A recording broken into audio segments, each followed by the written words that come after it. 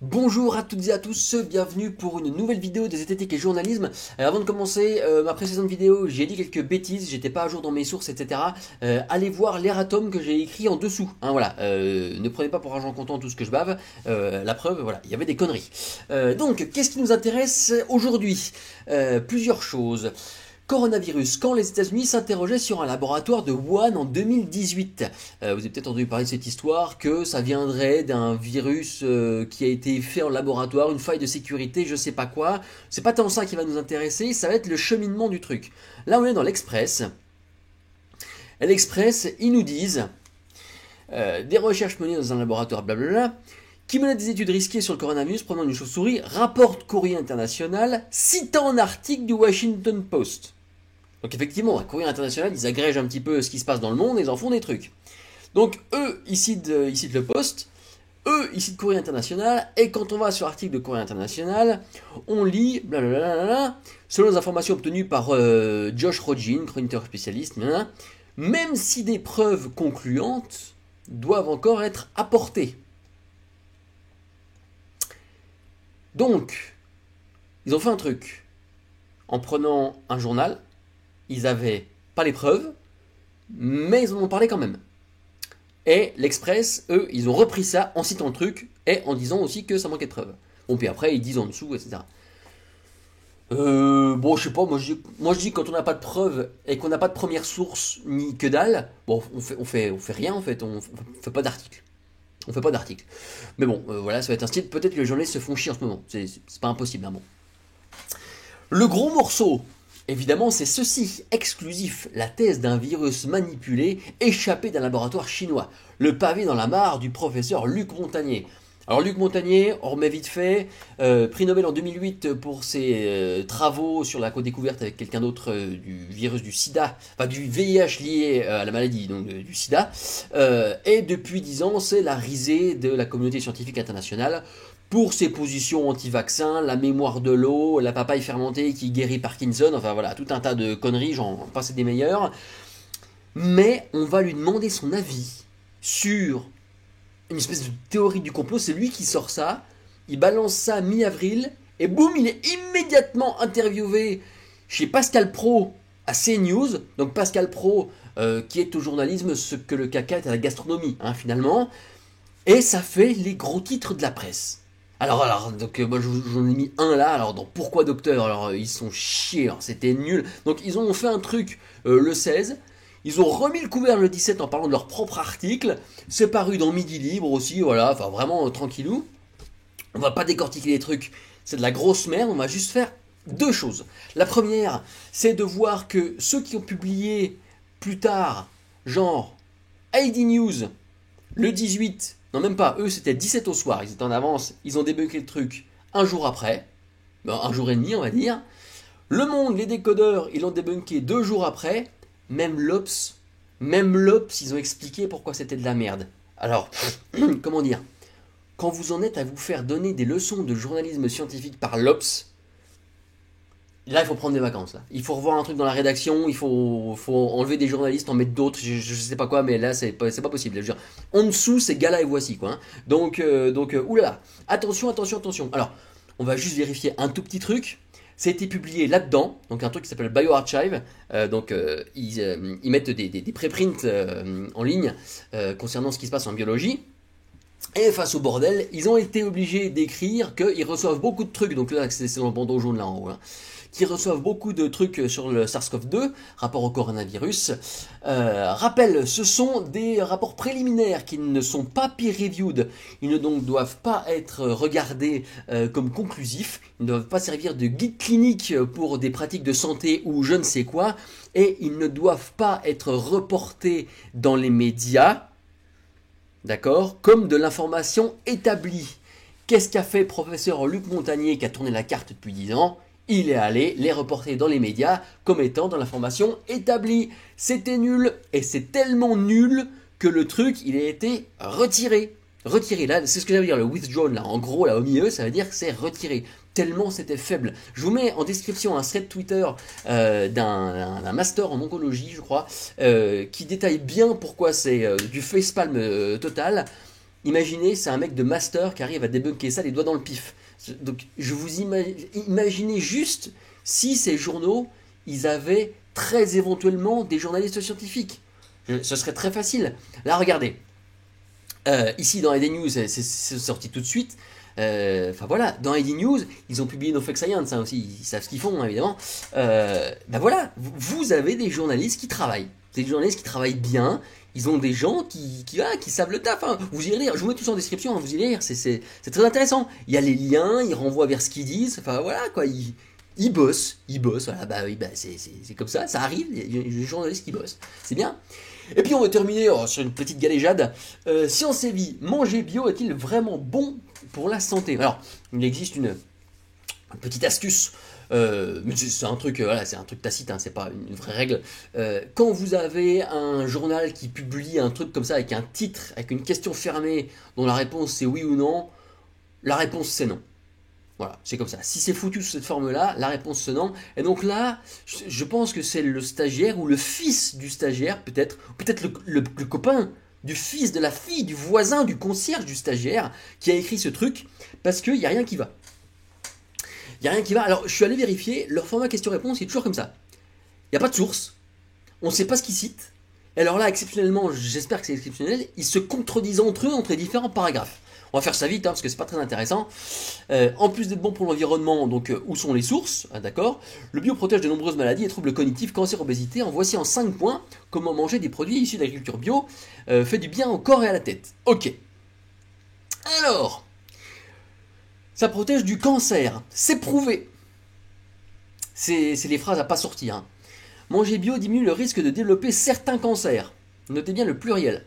En témoigne une récente étude britannique réalisée sur 623 000 femmes qui a conclu une réduction de 21% du risque de lymphome non-Hodgkinien, un cancer du sang, chez celles qui consomment souvent des aliments bio. En 2013, une expertise de l'INSERM suggérait, elle, les effets contre le cancer de la prostate.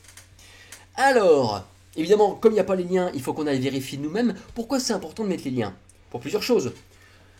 Comme ça, on est sûr déjà que c'est une vraie étude que vous citez, que c'est pas de la merde ou je sais pas quoi. Il y a une vraie étude derrière. Ok. On est sûr que les conclusions que vous donnez, on peut aller les vérifier nous-mêmes dans l'étude, que vous n'avez pas surinterprété ou je ne sais quoi. Quand vous mettez les liens, et que nous on va vérifier, on sait de quoi vous parlez. Parce que là, quand je suis obligé d'aller vérifier l'étude, s'il n'y a pas suffisamment d'éléments, et qu'on tombe sur une autre étude qui ne donne pas les mêmes résultats que vous, on ne sait pas sur quoi vous êtes basé, on ne sait pas si on est tombé sur la même source que vous ou pas. Donc, mettez vos sources, ça ne coûte rien, c'est juste un lien hypertexte, hop, il y a juste à cliquer dessus.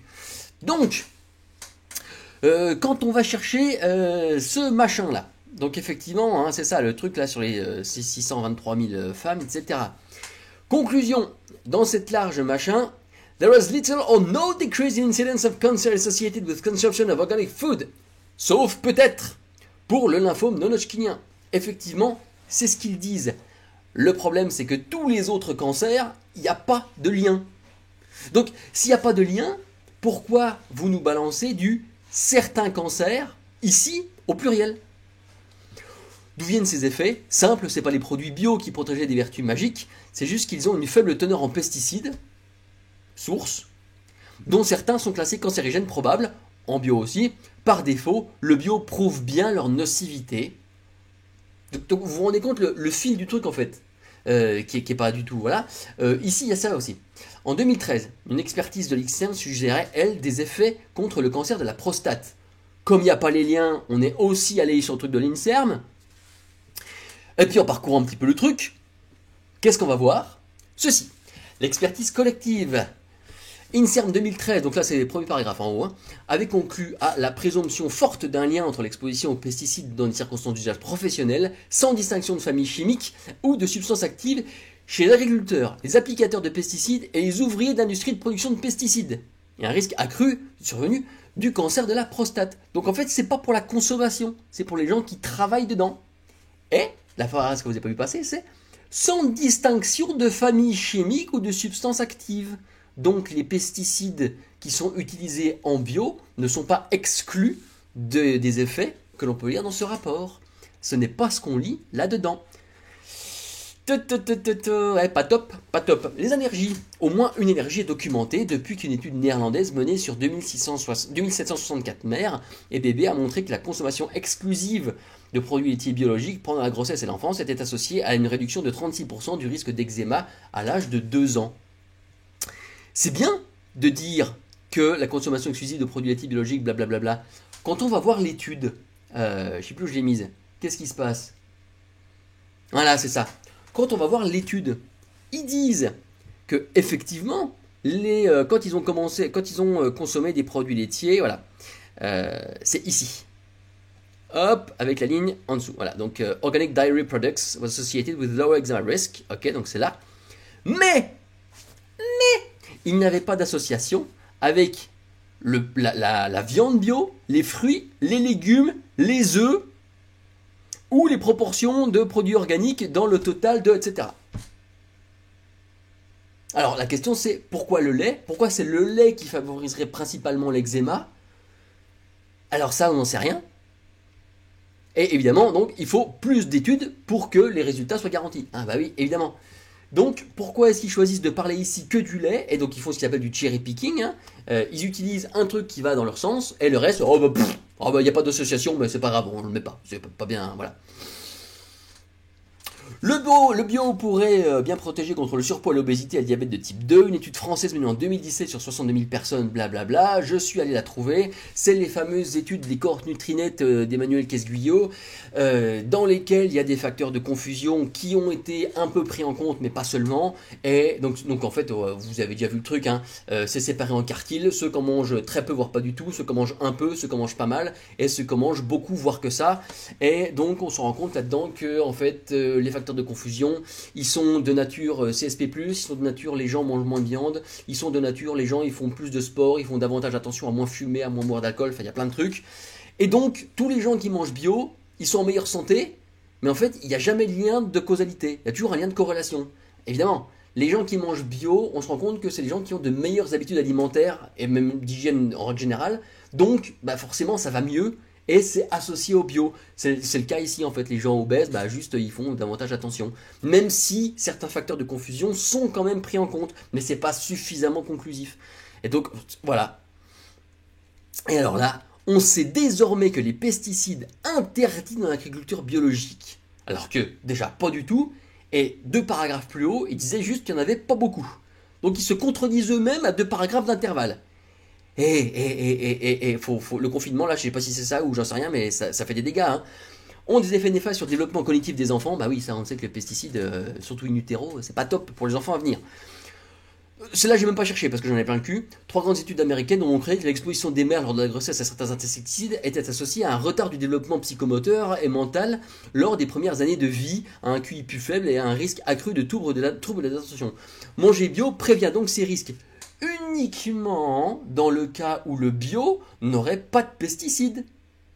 Or, c'est faux. Donc il faudrait retrouver les études. Si vous voulez le faire, mettez-moi ça en commentaire pour voir si on parle bien des pesticides bio, pas bio, tous.